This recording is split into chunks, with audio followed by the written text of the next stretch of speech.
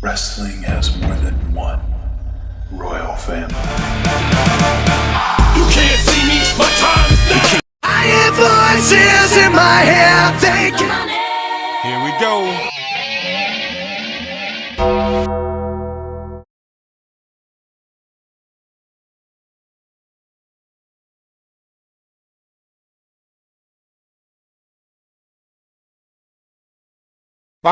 তো আজকে শুরুতেই একটা অনেক বড় নিউজ রয়েছে, সেটা হচ্ছে যে উসোর এবার ডিভোর্স হতে চলেছে। তো হ্যাঁ, ঠিকই শুনছো, আমাদের গ্রেটেস্ট অফ অল টাইম যে উসোর এবার ডিভোর্স হবে, তার বউ তাকে ডিভোর্স দিচ্ছে। আর কে কাকে ডিভোর্স দিচ্ছে এটা আমি বুঝতে পারলাম যে উসোর স্টেটমেন্ট থেকে। যে উসো সোশ্যাল মিডিয়াতে এখন সিম্পাথি গেইন করার চেষ্টা করছে, সে বলছে যে আমার বউ আমার প্রপার্টির আর্ধেক নিয়ে চলে যাচ্ছে, সে আমাকে ডিভোর্স দিচ্ছে। তো এখান থেকে বুঝতে পারলাম যে অ্যাকচুয়ালি কী ঘটেছে। যে উসোর বউই এই ডিভোর্সটা ফাইল করেছে। এবারে দেখো, হ্যাঁ, ওইটা তো এখন বাস্তব জীবনের অনেক বড় একটা সমস্যা হয়ে দাঁড়িয়েছে যে বউ ডিভোর্স দেবে, অ্যালুমানি নেবে, এটা নিয়ে বেশিরভাগ ছেলের পেছন ফেটে রয়েছে, যাদের মধ্যে আমিও একজন। আর এখন তো এটা মেয়েদের একটা ব্যবসা হয়ে গেছে, কিন্তু সব ক্ষেত্রে এমনটা হয় না।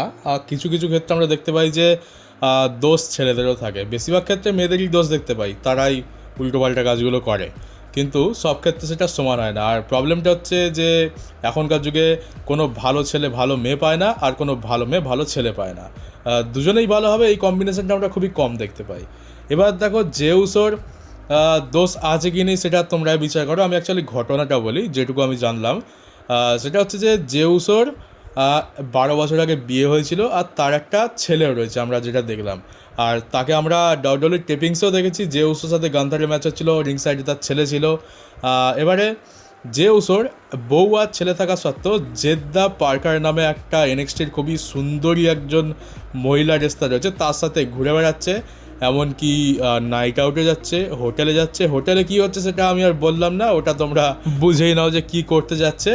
তো এবারে আমি যখন এটা দেখতে পেয়েছিলাম যে জেদ্দা পার্কারের সাথে যে উসো রিলেশনশিপে রয়েছে, বা যে উসো সেটা বুক ফাটিয়ে সোশ্যাল মিডিয়াতে বলছে সবাইকে, তো তখন আমি বলছিলাম যে জেউসোর তো একটা ছেলে রয়েছে, সম্ভবত তার বউ আছে, কিন্তু এটা কনফার্ম নয় যে জেউসোর তো বউ আছে কিনা, কারণ ওদের দেশে তো আবার ছেলেপুলের জন্য বউয়ের দরকার পড়ে না, গার্লফ্রেন্ড থেকেই হয়ে যায়, বা রাস্তা জাগে হোক ধরে নিলেই হয়ে যায়। এদের কালচারটাই ভাই ওরকম, বিয়ের তো দরকারই পড়ে না। তো তখনও জানতাম না যে বউ আছে কি নেই, এখন জানতে পারলাম যে বউ আছে। তো এটাই বড় অবাক বিষয় যে তোমার বাচ্চা আছে, 12 বছর আগে বিয়ে হয়েছে, তোমার বউ আছে, বাচ্চা আছে, তুমি কীভাবে আরেকজনের সাথে ঘুরে বেড়াতে পারো, আরেকজনের সাথে রিলেশনশিপে থাকতে পারো, বা সেটা সবার সামনে ঢাকঢোল পিটিয়ে বলতেও পারো। আর এবার তো সেই কারণেই হয়তো ডিভোর্সটা হয়েছে, নাহলে এতদিন কেন হয়নি, হওয়ার হলে তো অনেক দিন আগেই হয়ে যেত। কিন্তু এখন গিয়ে আমরা ডিভোর্সটা দেখতে পাচ্ছি, আবার তার বউয়ের তরফ থেকে এসছে, মানে বুঝেই নাও যে কী অ্যাকচুয়ালি ঘটেছে।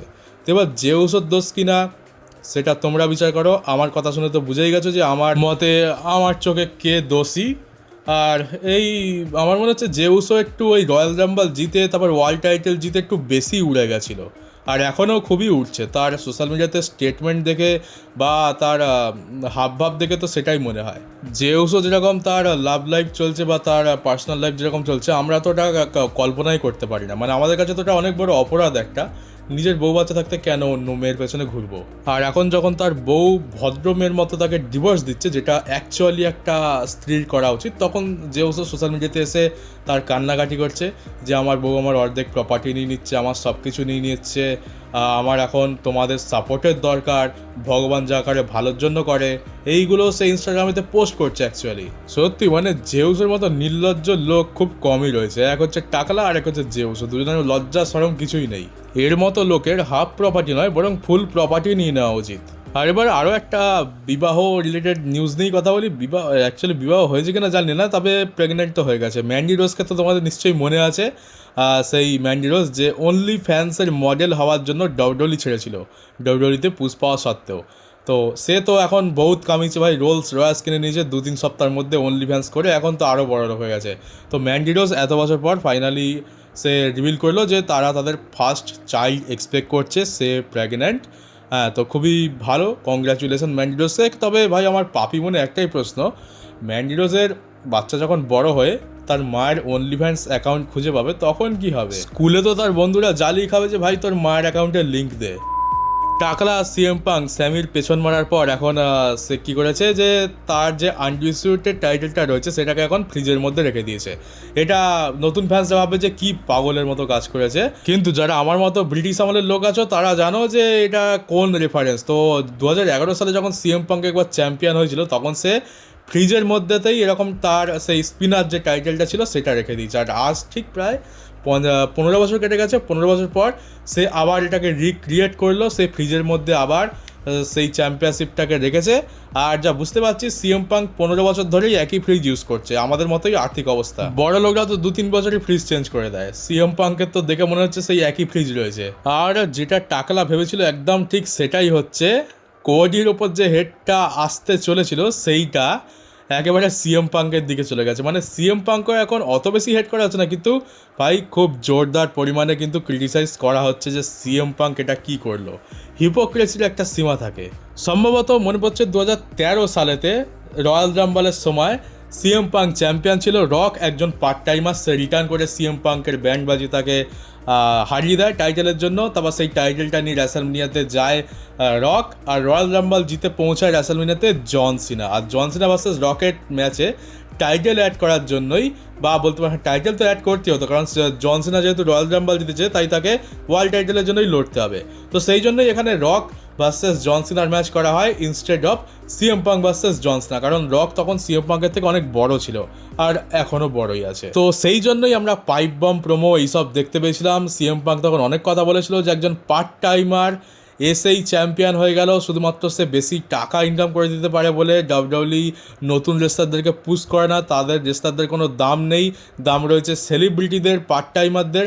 এটা নিয়ে খুবই ক্রিটিসাইজ করেছিল, মানে তখন তো একেবারে খুব জলগোলা হয়েছিল। আর আমরা সেই জন্যই সিএম পাঙ্ককে পছন্দ করতাম। আর দেখো 2026 সালে এসে কী হলো, সিএম পাঙ্ক নিজেই এখন একজন পার্ট টাইমার, আর এসে স্যামি জেনের মতো একজন স্ট্রাগলারের অপরচুনিটি মেরে তার চ্যাম্পিয়নশিপ নিয়ে চলে গেল।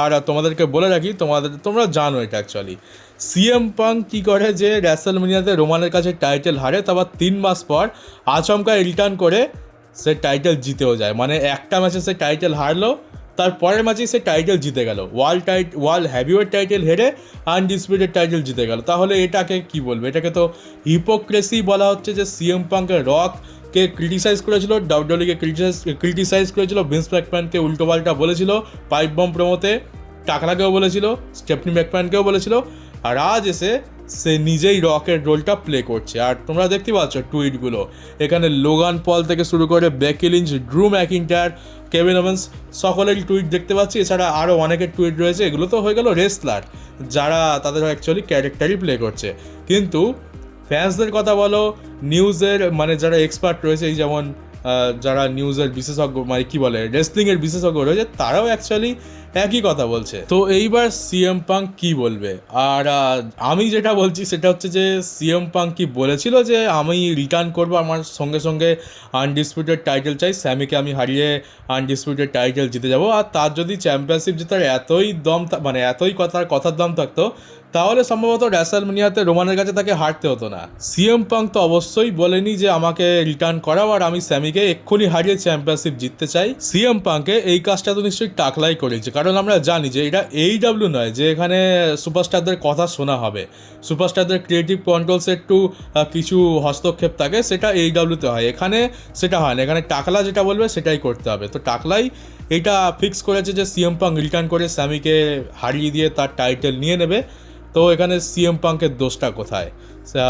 অ্যাকচুয়ালি সিএম পাঙ্ককে হিপোক্রেসির জন্য, আয়রনির জন্য ক্রিটিসাইজ করা হচ্ছে, রোলটাই চেঞ্জ হয়ে গেছে। কিন্তু রিয়ালিটি হচ্ছে তাকে তো এটা করতে বলা হয়েছে বা তাকে দিয়ে এটা করানো হয়েছে কোম্পানির মালিকের তরফ থেকে। আর প্রবলেমটা হচ্ছে যে আমরা যেটাকে সামনে দেখতে পাই সেটাকেই আমরা হেট করি। যেমন কোডিকে আমরা এত বেশি হেট করছি। আমি নিজে কোডির এত বড় সাপোর্টার ছিলাম, আমি পর্যন্ত কোডিকে হেট করছি। সাপোর্টার তো আমি এখনও আছি, কিন্তু কোডির যেভাবে ইউজ হচ্ছে সেটা আমার পছন্দ নয়। তো কোডিকে আমরা হেট করছি, কিন্তু আমাদের হেট অ্যাকচুয়ালি করা কাকে উচিত? টাকলাকে। কিন্তু টাকলাকে তো আমরা সামনে দেখতে পাচ্ছি না, কোডিকেই দেখতে পাচ্ছি, তাই কোডিকেই হেট করছি। তেমনি সিএম পাঙ্কের চ্যাম্পিয়নসে হয়েছে, টাকলা তাকে চ্যাম্পিয়ন বানিয়েছে, কিন্তু হেট তাকেই করতে হবে, কারণ যেহেতু সে সামনে রয়েছে। আর কি জানি, এটা হয়তো টাকলা বদলা নিয়ে নিয়েছে যে একসময় পাইপ বম প্রোমো কাট করেছিলিস আমাদের ওপরে, পাইপ বম প্রোমো কাট করে তুই আজকের এত বড় নাম করেছিস সিএম পাঙ্ক, তো আজকে তুই যেটা নিয়ে আপত্তি করেছিলিস তোকে সেটাই বানিয়ে দিই, তোকে আমি রক বানিয়ে দিয়েছি। তো একটা সময় সিএম পাঙ্ক যেগুলোর বিরুদ্ধে লড়ে সিএম পাঙ্ক হয়েছিল, আজকে সিএম পাঙ্ককেই সেই জায়গাতে দাঁড় করিয়ে দিয়েছে টাকলা। তো মানতে হবে ভাই, টাকলা যদি কোনোদিন রাজনীতিতে নামে তাহলে এ ভাই আমাদের দেশের প্রধানমন্ত্রী এছাড়া ডোনাল্ড ট্রাম্প আচ্ছা লোককে ছাড়িয়ে যাবে। আমরা সকলে কোহলির ব্যান্ড বাজাচ্ছিলাম, কিন্তু এখন আমরা কোহলিকে ছেড়ে দিয়ে সিএম পাঙ্ককে ধরেছি। প্ল্যানটা কিন্তু টাকলা দারুণ বানিয়েছে, আর তোমরা বুঝতেই পারছো প্ল্যানটার ইম্প্যাক্ট কতটা পড়লো। স্যামিকেও চ্যাম্পিয়নশিপ দিতে হলো না বেশিক্ষণের জন্য, স্যামিকে তো দেখতে এরা চায়ই না, স্যামির থেকে টাইটেলটা নিয়ে নিল, আর সামারস্ল্যামেতে সিএম পাঙ্ক ভার্সেস কোডিও হয়ে গেল। আর আরেকটা ভালো জিনিস যে কোহলি এবার টাইটেল জিতবে, টাইটেল ডিফেন্ড করবে না। আর ইতিহাসে গিয়ে কি লেখা থাকবে যে রোমান রেন্সকে কোহলি হারিয়েছে, সামারস্ল্যামেতে জন সিনাকে কোহলি হারিয়েছে, তার পরের বছর সামারস্ল্যামেতে সিএম পাঙ্ককে কোহলি হারিয়েছে, র্যান্ডি অর্টনকে রেসলমেনিয়াতে কোহলি হারিয়েছে, ব্রক লেসনারকে সামারস্ল্যামেতে কে হারিয়েছে ক্লিনভাবে, কোহলি হারিয়েছে, ড্রু ম্যাকিন্টায়ারের মতো এত বড় একজন ফেসকে কে হারিয়েছে, কোহলি হারিয়েছে ক্লিনভাবে। আমরা যতই হেট করে নিই না কেন, অ্যাকচুয়ালি তো ইতিহাসে গিয়ে এটাই লেখা থাকবে, আর অবশ্যই ডাব্লিউডব্লিউই রেকর্ডেও এটাই লেখা থাকবে। যে অ্যাচিভমেন্টগুলো করতে একজন রেসলারের একটা গোটা ক্যারিয়ার চলে যায়, জন সিনা তার পুরো ক্যারিয়ার মিলে বড় বড় লেজেন্ডসকে হারিয়েছে, সে 17 টাইম ওয়ার্ল্ড চ্যাম্পিয়ন হয়েছে, রোমানের ক্ষেত্রে দেখে নাও কত বছরের স্ট্রাগল রয়েছে তার, কিন্তু কোহলি 2022 সালে এলো আর 26 সালের মধ্যে এত কিছু সে করে নিল। এমনকি 2 বছর পর রয়্যাল রাম্বল জেতার রেকর্ডটাও কোহলির নামে চলে এসছে, মানে স্টোন কোল্ড স্টিভ অস্টিন, শন মাইকেলস, হাল্ক হগান এদের সাথে কোহলির নাম সামিল হয়ে গেছে। পরপর 2 বার লাগাতার সে রয়্যাল রাম্বল জিতেছে। আমি 2008 সাল থেকে ডাব্লিউডব্লিউই দেখছি, কিন্তু এত বেশি পুশ ভিন্স ম্যাকম্যান পর্যন্ত রোমানকে করেনি। তো চলো গাইস, আপাতত এই ভিডিওটাকে এখানেই শেষ করি। তোমাদের কি মতামত এই বিষয়ে, যেটা আমি এতক্ষণ ধরে বললাম, তার উপরে তোমাদের কি মতামত অবশ্যই কমেন্ট বক্সে জানিও। নতুন যদি হয়ে থাকো তাহলে চ্যানেলটাকে অবশ্যই সাবস্ক্রাইব করে নোটিফিকেশন বেলটাকে অন করে দিও, আর পারলে ভিডিওটাকে একটু শেয়ারও করে দিও। আর চলো দেখা হচ্ছে পরবর্তী একটা নিউজ ভিডিওতে।